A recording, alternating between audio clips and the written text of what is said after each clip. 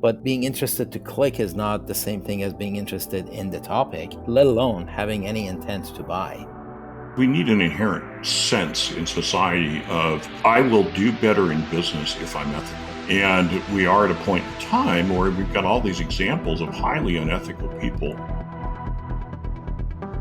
From Orion X, this is the Marketing Podcast.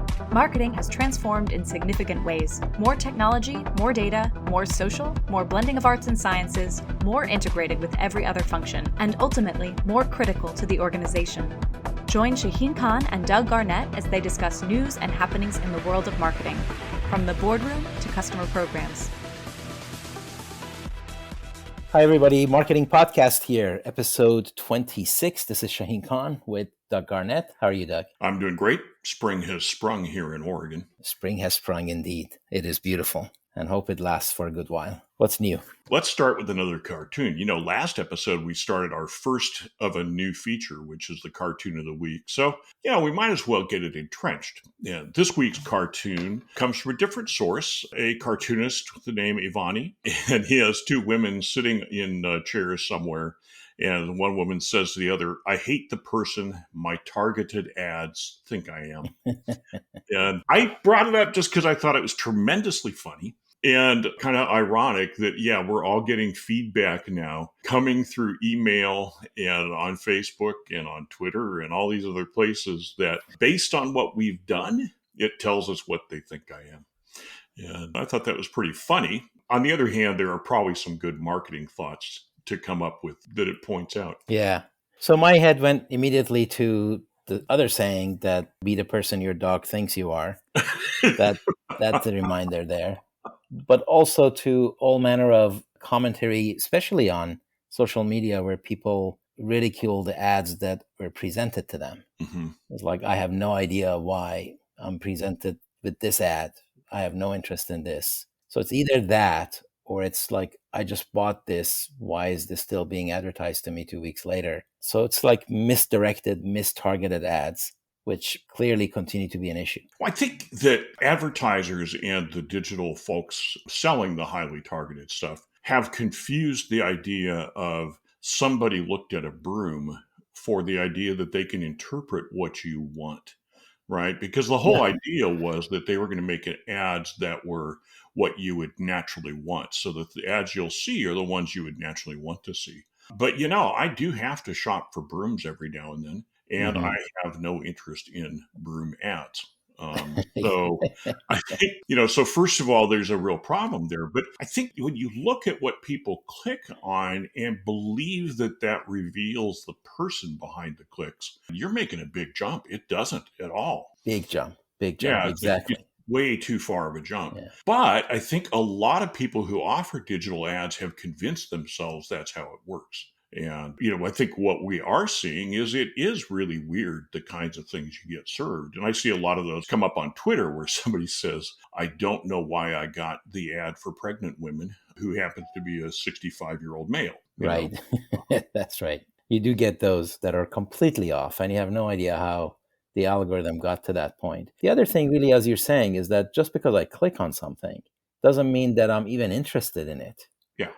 I'm quote interested in the sense that I clicked on it, but being interested to click is not the same thing as being interested in the topic, let alone having any intent to buy. I think our interests shift much faster than people want to think, right? So I might on a Thursday shop for a wastebasket, order some new headphones, and then spend the evening browsing fly fishing stores because I like fly fishing stuff and it's always interesting to see what's out there. And I might do all that browsing without really even wanting to buy anything, but more as a kind of a hobby, check in with the hobby, that kind of thing. But then I get a week of fly fishing ads.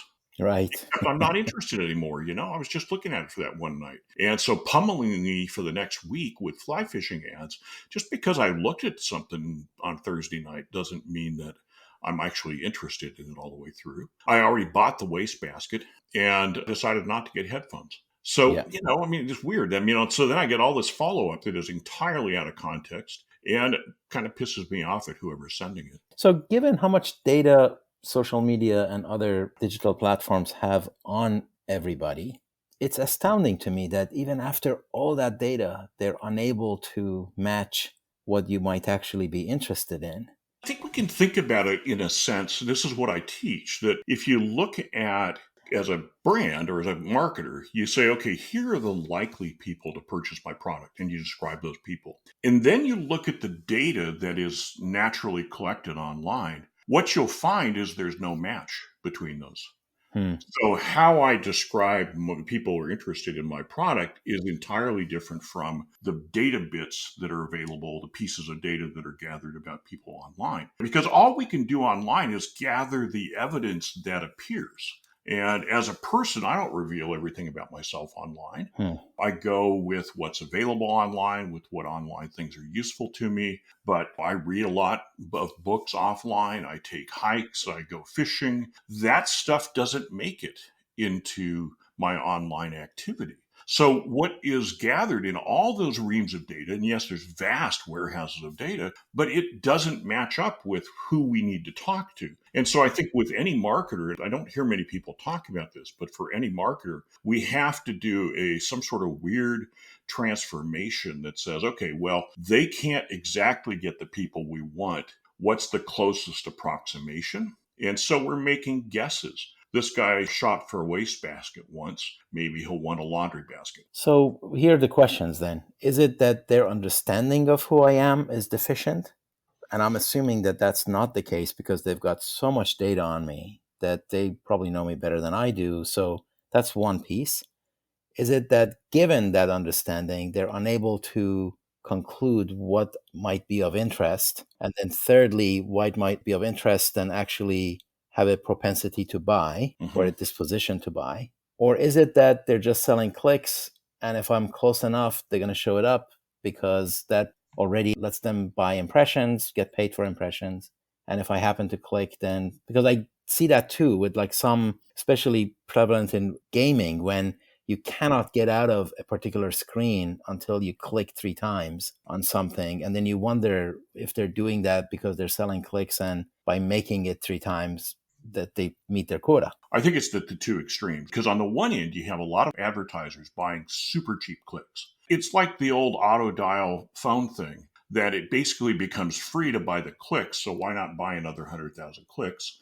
And if one person out of 100,000 responds, you're fine. You've gotten what you want for your advertising. So there is a bit of that happening at the one end. I think the other thing at the other end is that what we do digitally is only a sliver of a window into us. So if you think about, if you're on the other side of the computer, so now imagine you're sitting in the computer looking back out at the person using it. All you're able to see is a narrow window of them. And so I do think there's a serious problem with, people saying, oh, well, we know all about these people because we have all this data. But that data can't really reveal who we are. Because from your computer window, you never see Doug go take a hike. And I Right. don't tend to talk about that online. I don't, so in fact, it never shows up, because if you're looking out through the computer screen, you're only seeing part of Doug and you're not seeing the whole of Doug. And so there is an inherent disconnect between all that data and the degree to which it could describe people. Yeah. So another topic we were discussing in our pre-show was food storage containers. News comes out this morning that Tupperware apparently is in trouble. Their sales have been suffering, and they've announced that they're out trying to arrange funding in order to continue business. And so I was surprised. So let me interrupt. I think it may be necessary to explain who Tupperware is. Yeah, all right. For those of you younger than either Shaheen or I, here's Tupperware. In the 1950s and 60s, Tupperware came out with excellent food storage containers and a lot of innovations because they were airtight, a lot of good things. And they sold them via Tupperware parties. So they became one of the first really big operations to do in-home parties as a way to sell their product. And they became an icon. Everything that did food storage began to be called Tupperware, whether it was their brand or not. They're the Kleenex of that category, and they became huge. So that's who they started as, and they're still that company. That's still what they do, is make airtight. They invented the space. Essentially, they invented the space. Eventually, I would say Rubbermaid came out pretty soon with others that competed with them, and then it's diversified a lot since then. In the pre-show, you and I were looking at Amazon, and, whereas Tupperware units were things you cared for and you loved, and if you took one to a party, you always made sure you got it back. Now on Amazon, you can get 60 Rubbermaid containers for $12 or something like that. I mean, some outrageously So disposable, basically. Yeah, I think there's an implication they become disposable, cheap, and insignificant, or that they become commodity. Because what made Tupperware was it was entirely unique. When they started, they dominated because it was such an unusual product. It so fit the world of the 1950s and 60s, and they came out and took the world by storm. But now these kind of containers have become containers that look like it have become kind of dime a dozen. And so Tupperware has a problem. I brought this up and I mentioned it, we were doing this at the pre-show, because I think it's a really interesting example of a very serious marketing challenge. This is not going to be easy for them to figure out a good way forward. So my thinking, as I was listening to you and reading the story, was that back when they got started, they also had to battle the notion that plastic storage may or may not be the best way. So they had to overcome that. And maybe these Tupperware parties were an opportunity to see it and get some case studies going and personal experience, etc., to build trust. And maybe that was the proper distribution strategy at that time. Clearly it was, because they did so well. But then as we looked at what's available for sale online, they just looked like they were not either competitive or they're not communicating why they are competitive. Here's what I was struck with. So our listeners know, we both searched kind of containers, storage containers, and then we also searched Tupperware. And it was kind of sobering because containers are a dime a dozen. There are so many types out there. And given the way that Amazon doesn't want anybody to be able to search for anything specific, it's dominated by the no-name, strange brands, all those things that we've come to begin to hate Amazon for. But when you search Tupperware, you get the same thing, and eventually you see a few things from Tupperware. And the one that came up highest was basically nostalgia styled, which is just like what they had in the 50s and 60s. But as I went on down, what was interesting is there was an Amazon Choice product, meaning it had been vetted really well.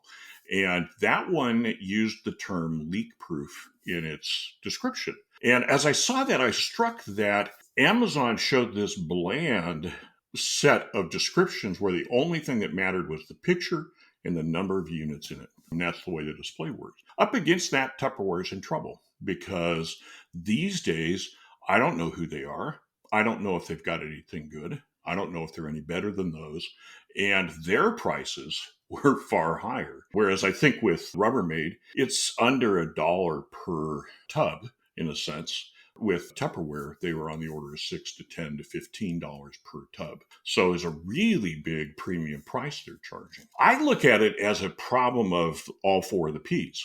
Do they have the right unique product? I don't know at this point because I don't know much about them. If they have the right unique products, are they priced appropriately? And I personally have no problem with premium prices. I love premium prices and tended to, in my career, I've spent a lot more time telling clients to increase their price than decrease their price. But I don't know enough about them to know if that price is justified. And then you've got distribution problems that they used to be parties. Now they're available on Amazon, but boy, it's not looking good for them selling a whole lot through there. And then they've also gone into Target. So they're beginning to do retail distribution. I don't know what to think about that. And then overall with that, I say they've got a communication problem. To be honest, I saw the headline and one of my reactions was, oh, are they still around? Yeah, you see right there. Because we don't really know anything about them. I don't know if they're worth it. I don't know if the price is worth it. I don't know if I'd go out of my way to go to a store to get them. And they've got some really serious problems confronting them. And I don't know what to say about, the likelihood. I feel terrible for anybody who's at Tupperware because it's very hard to solve these problems. For you and me and for our listeners, I hope it's an instructive example to look at to try to figure out, boy, what should be done? And this is all four of the P's. I do need to add the little bit of concerning extra Byron Sharp out of Australia, and the Ehrenberg Bass Institute responded to a tweet about it on, its Twitter does still exist. And he said, because in their article on the BBC, the second line says Tupperware has been attempting to reposition itself to a younger audience, but has failed to stop the slide in sales. And Byron Sharp says, are they about to join the graveyard of brands who felt their problem and therefore solution was all about appeal to young consumers? And I had to laugh. Yeah, Because he's right. That's very astute. I don't have the data. Maybe it really is. Yeah. But at the end, what is unmistakable is that if you're having difficulty, you're not competitive. Yes. Right? Yeah, you're not competitive. Well, I do want to, I think it's worth dwelling on the young old thing a little bit, because younger is a relative term. I think what's funny is I know when I hear that, I envision a company that's focused on Gen Z. And Right. that may not be what's going on here. It could be that Tupperware has discovered their core consumer is approaching 75 and that's a problem for them. And that for them, younger is 35 to 45. That's a really good point. And I think that, younger is in the eyes of the beholder. On the other hand, having been in advertising and around a lot of ad agencies do believe that life stops after 30. And so when I see that line, I think that they probably are implying super young, not just younger. That's what I read for the same reason. And I think that's highly misguided because older people have all the money, as Tom Peters likes to repeat, and women buy everything. So you better appeal to that demographics. Now, we mentioned searching online for products, and that is a very good segue into another topic we talked about, and that's review hijacking. That has become a thing enough for the FTC to take a look. Yeah, well, the FTC has been trying to help kind of stay abreast of what's been going on online. And as with anything new, they're always a number of years behind, perhaps a decade. But, it's better for the FTC probably to be slightly behind than to be too far ahead. Because if they try to get ahead, then it tends to stop what might be actually really useful for society and the country and all that stuff. So I don't mind that they're a bit behind. On the other hand, there are things that they're discovering that are really kind of shocking. So what brought this up is that they approved a final order against the Bountiful Company, whom I didn't know, but it turns out Bountiful Company makes the Nature's Bounty vitamin supplement brand, as well as some other products. And the Nature's Bounty is in a lot of stores. So I've seen them around a lot. And what they got in trouble for is that on Amazon, if you come out with a product that maybe is just strictly a different color, you have a chair and it sells really well and you come out with it in blue in addition to having it brown, Amazon will essentially let you piggyback your new color with the old color, and then all the reviews for the old color apply to the new product. Right. And they have technical terms for these. And I tell you, I get so buried in those technical terms, I don't know. Let's just leave it with piggyback. And what Nature's Bounty did is they came out with some new products that they piggybacked like that because they had the same headline title and purpose, but were very different formulations. And so these new products got all the benefit of all the reviews for the other products, except the new products made people very unhappy and were not liked. And yet all the reviews said they were highly liked. And that is an unethical use of that feature in Amazon. Now, is there any way to prevent that from happening by Amazon? Is that because it is all automated and digital and nobody takes a look and it's all self-regulated? And that's the problem as well? Or is it? Yeah, I think the self-regulation's a lot of that problem. Think about how many products are on Amazon and how many of those products can you put that kind of oversight on? It's very difficult. You just think about how many different entries we saw when we just looked at Tupperware. Yeah, that's true. 40, Yeah. I mean, how do you keep track of Well, that? overwhelming. Yeah. Mm-hmm. It is. Oh, wait, we got a new segment. AI will solve that. So. Of course. AI will solve that, yes. Because it will learn from all that data. Yeah. And, I wouldn't put it past AI to solve that, by the way. Well, I'm not sure that they'd be able to solve it, but I think they could maybe do a good job of highlighting. Hey, somebody physical ought to look at these products and see if they really are similar enough to qualify that label. Right. It's a hard problem, but it didn't seem like they had to go through too much of a length to scam the system. It seemed like a relatively simple thing to do, right? Yeah, I have a hunch. I mean, I haven't done it myself, but I have a hunch it's almost as simple as a checkbox in the listing. Right. It seemed that way. I think, where this led in the discussion you and I were having earlier is how many new things there are these days where marketers are just trying to skate the edges and kind of steal something for themselves. And it's really disappointing to me to see people who put all their effort into stuff like that instead of making good products and selling them well. Are we talking about unethical business practices and marketing? Are there? I mean, I thought marketing didn't ever have that. Yes, actually, that is what I'm talking about. And actually, I think that is a very big problem in marketing because there are a lot of people who think that's what marketing is. And when you say that, please, please don't think of marketing as just manipulating the consumer to buy something. Let's think of it as an honest effort to match real needs with real capabilities, which is what it's supposed to be. The answer is, well, carry on being idealist. That's a good thought, but that's not what happens in practice. So that's too bad because I think that has a negative impact on the entire discipline, the entire profession. It doesn't, but we're coming out of such a period of these really horrible abuses of that, especially because with the introduction of this idea of a brand that's purposed, where the company does something not just to supply a good product to customers, but because they're going to save the world in some way. And I think here of WeWork, Adam Neumann got away with all kinds of incredible BS, cult-like BS about saving the world. I think of Elizabeth Holmes at Theranos. I think of the growing, kind of joking scandal, but really honestly a scandal of how many people on the 30 under 30 lists are in jail. Yeah, in fact, Which is a it's lie. almost becoming like if you show up on that list, we better Yeah. worry. You better worry the FBI is going to knock on your door here pretty soon. It's like the headlines are all about these people who skate the system and get away with it, not to mention not to try to get political, but a certain former president whose business practices have been found in court to be highly suspect. And yet the penalty, there never seems to be a penalty for it. Yeah, so like we were talking about in our pre-show, what we need is examples of ethical success, Yes. examples of doing the right thing and being successful. And there are several companies, many companies that are very successful. Maybe we should celebrate those. Maybe we should really, in the absence of a real stick for punishing those who are not ethical, maybe we should at least celebrate those who are. Yeah, I think one of the difficulties we have in American capitalism or our American, commercial system is that the FTC, for example, is not funded it well enough to be proactive.